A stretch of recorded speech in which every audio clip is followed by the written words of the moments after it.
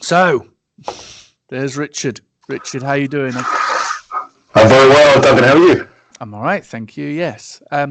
Can you just give me a quick, before we get into the meat of this, i.e. what is AI, for those members that are just joining, can you just give me a quick introduction on yourself and tell us a little bit about what it is that you've been up to in AI? Sure. Yeah, thanks for asking. I guess I've got a professional and a personal interest in AI. From a professional perspective, I work with Oracle's front office, CX practice. So I'm working with a small number of enterprise accounts, $1 billion plus accounts. I'm really trying to work out where they need to use AI in their businesses to stay competitive, to stave off disruption, and to be more efficient. Okay, cool.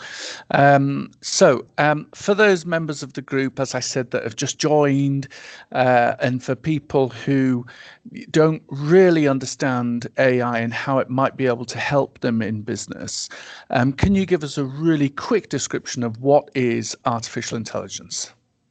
Absolutely. And I can also tell you what artificial intelligence isn't as well, which is probably useful. You can pretty much discount any article that's got a picture of the Terminator or Skynet or anything like those in it. There is no conscious, super intelligent AI that is plotting the demise or change of this world. What there is some extremely powerful tools. AI as a term has been around, I guess, since the 1950s. But at the time, it really wasn't feasible to run any of these kind of algorithms or machine learning, which is ultimately what AI is really at the moment, because of the cost of data storage, the time to process, and of course, the cost to process data and to analyze it. Those have come down significantly now, thanks to NVIDIA graphics cards and big, well-priced data centers. And that means now that we can do incredible things with data that just simply weren't possible before.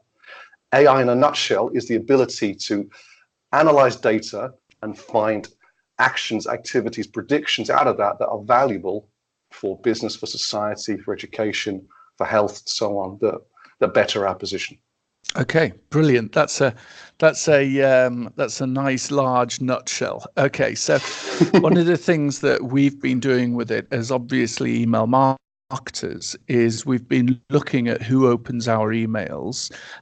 We've been sending emails for 16 years, and we've got all of the logs going back at least 6 or 7 years, and we've been looking at the organizations, just at the organization level, not the personal level, but at the organization level, what types of companies open emails, click through, and even convert. Then we've put all of that into a machine learning algorithm. We're looking at putting it all into, I think we're looking at SageMaker to see whether or not it can predict who will open the next email.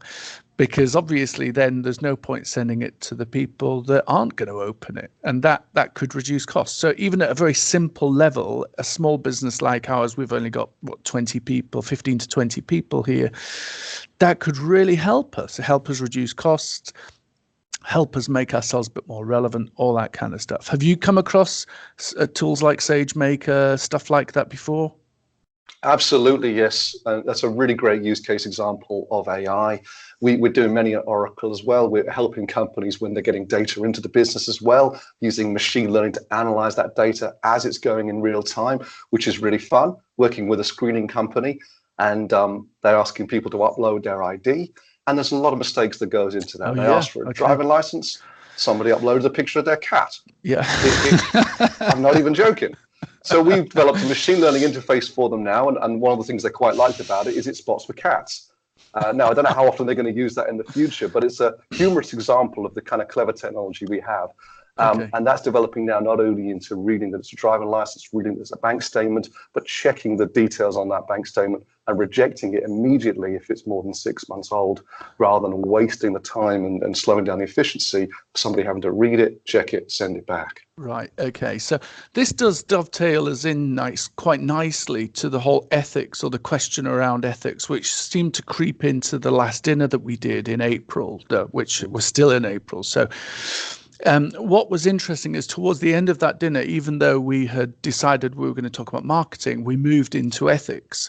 And the question was raised is, how do we keep the algorithms and the various processes that we're putting together unbiased? Is it even possible to do that? So you and I have been talking about the dinner for May, and you've kindly agreed to come along and talk to us about AI and ethics as the technologist. But we've also had some pretty good ideas of bringing somebody along who is from the church and somebody along who is a psychologist who can look at human behavior to discuss a little bit about how larger companies or even small companies can make sure that they remain diverse and that they aren't creating applications, even psychometric testing, that has any kind of bias in it.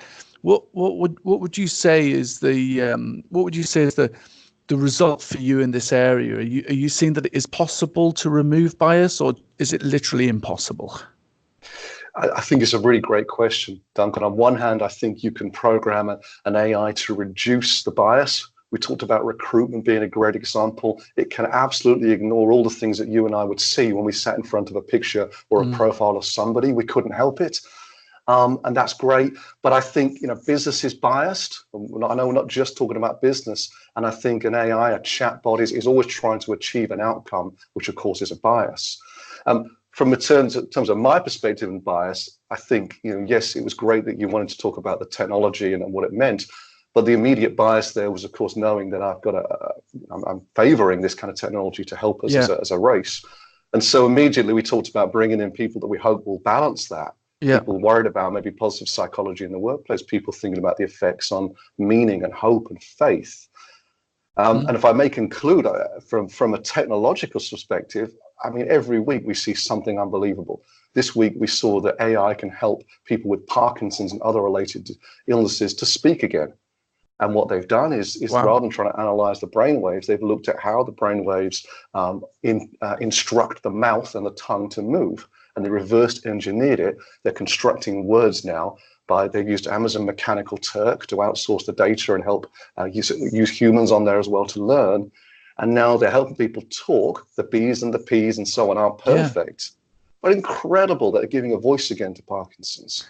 Wow. So my grandfather actually had Parkinson's. So are you saying that it's allowing people to actually talk themselves, or are you saying that it's a computer that talks for them, a bit like?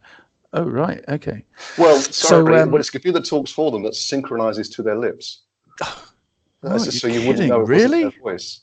Yeah, because that's what lip readers do, of course. Serious. They read your lips and understand what you're saying, and the brain causes that. It's incredible, right?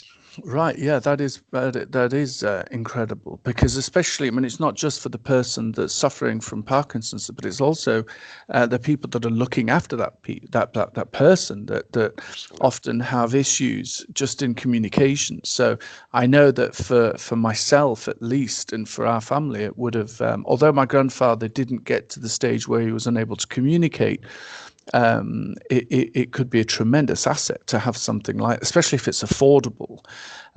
Anyway, it sounds as though that could be a really exciting dinner, and we're going to put that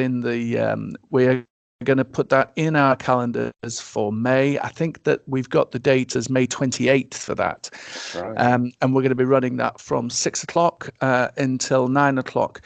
I'm trying a little bit of a new format because in order for our speaker to be able to eat, I was thinking that if we do the talk between 6:30 and 7:15, and then have the dinner, the debate, and the discussion afterwards with some instructions, we can still get finished for 9 o'clock.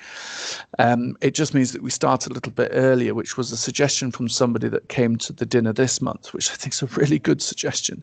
And that will be in London, and it will be at the Mercer Street Hotel, which is the Radisson Blu. And of course, we will live stream that. So if anybody wants to join the live stream, we may even have multiple cameras, but it will be live streamed into the AI dinner community on Facebook between 6:30 and 9 o'clock. You can either just stay for the panel discussion with Richard and the two other influencers that we've got coming along. And once we've done that, you can leave, or you can stay for the debate and the discussion as well. That'll all be there. So, Richard, thank you very much for your time today. Are there any last-minute thoughts that you'd like to leave us with? No, I'll save them for the dinner. Thank you very much for the conversation, Duncan. Brilliant. Thank you very much indeed for your time, Richard, and I will talk to you shortly. Thank you. Cheers.